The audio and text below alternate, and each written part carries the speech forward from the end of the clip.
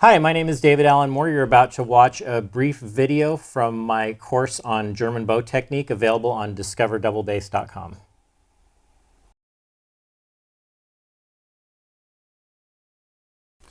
So now hopefully we can take some of the concepts that we have started with earlier and build upon them and move into a very tricky subject, or what can be a tricky subject. Hopefully I'll make it a little clearer for you, but let's talk about bow changes.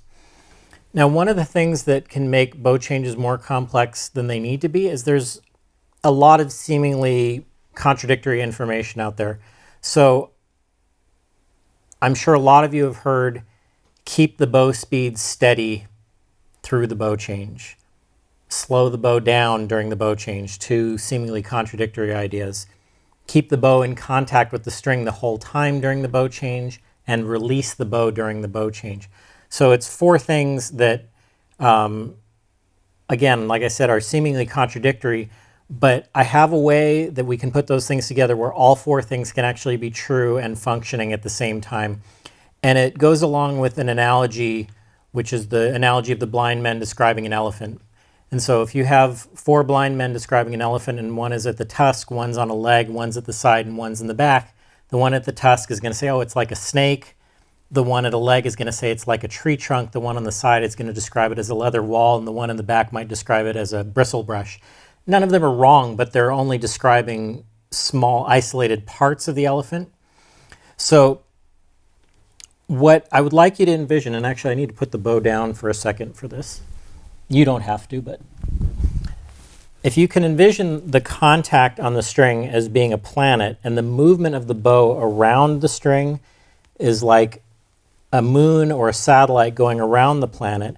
As it travels around that planet, it's moving all at one speed, but from your vantage point, if you're looking at it from this side, as it moves towards you and away from you, it's going to appear to slow down and as it goes around each of the corners or the edges of that orbit.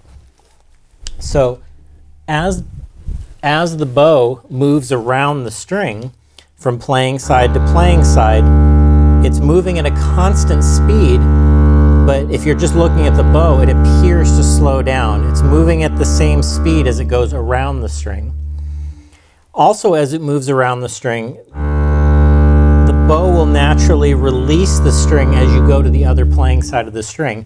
It's as if you're spinning a wheel from the top, and then as you go to spin the other way, you don't go this way where the wheel has to stop and go the other direction, but it's as if you're spinning it from underneath, so it's kind of catching it and continuing it in the same direction. So the bow appears to slow down but is going the same speed. The bow's remaining in contact with the string, but because it's moving from playing side to playing side, the string is released a little bit at the moment of the bow change. So there's no actual change in the amount of weight or anything like that. It's just that motion around the string.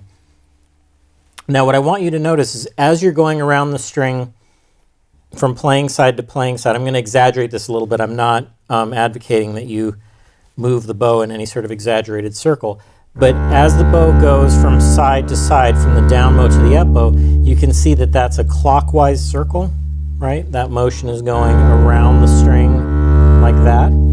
But as I do that, if I look at those initial curves that we made, my upper arm is going to be moving in a counterclockwise circle. So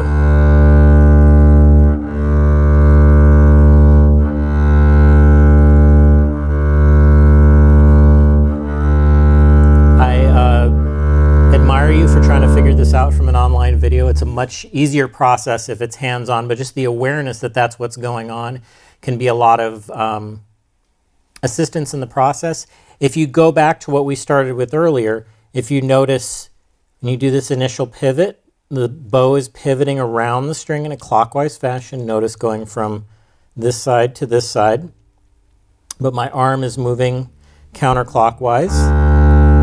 Then as I get to the tip of the bow, see, notice the bow is still going to be going around the string from the down bow side to the up bow side, but my arm, if I'm doing that same gesture that I did before, is traveling in a counterclockwise fashion. That's again, if you want to hold your bow back up at the balance point, where that feeling of contact in the middle comes into play, where the interaction between the pivot on the string going clockwise and the pivot in your bow hold going counterclockwise creates the contact that you need without any sort of pressing. I don't feel extra pressure at the tip. I don't feel like I have to drive the bow into the string at the tip, because all of the power is in that position. All I have to do is move my body. So as you're working on bow changes, remember that any sound, any extraneous noise that starts at the beginning is going to cause a break in the bow change, even if your movement is correct. So I'm trying to listen again for that resonant sound behind the direct sound, so it's as uninterrupted as possible. Remember, I said there are a lot of things you can focus on, and you have to choose what you want to focus on before you start. So I'm focusing on the bow being balanced on my second finger. I'm focused on leading with my body. I'm focused on the initial gesture. I'm focused on moving around the string in a clockwise fashion with my arm moving counterclockwise. So all of these can be things that you choose before you start, and as you get more adept at this, you can move from thing to thing and shift your focus to the item that is brought into your awareness by what you're doing as you're doing it.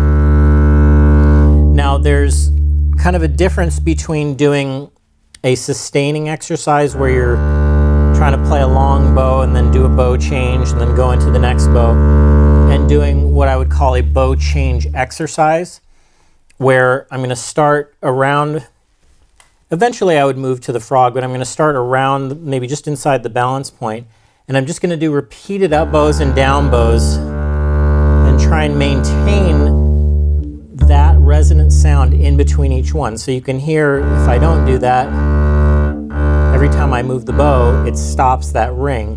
And so my goal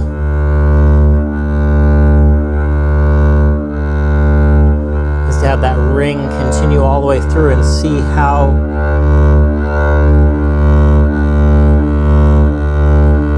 quickly I can do that and still maintain that. If it gets too fast, I could get into a place where I'm cutting that off.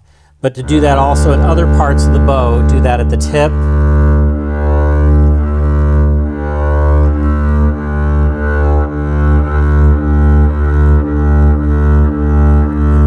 and see if you can maintain that resonance in between.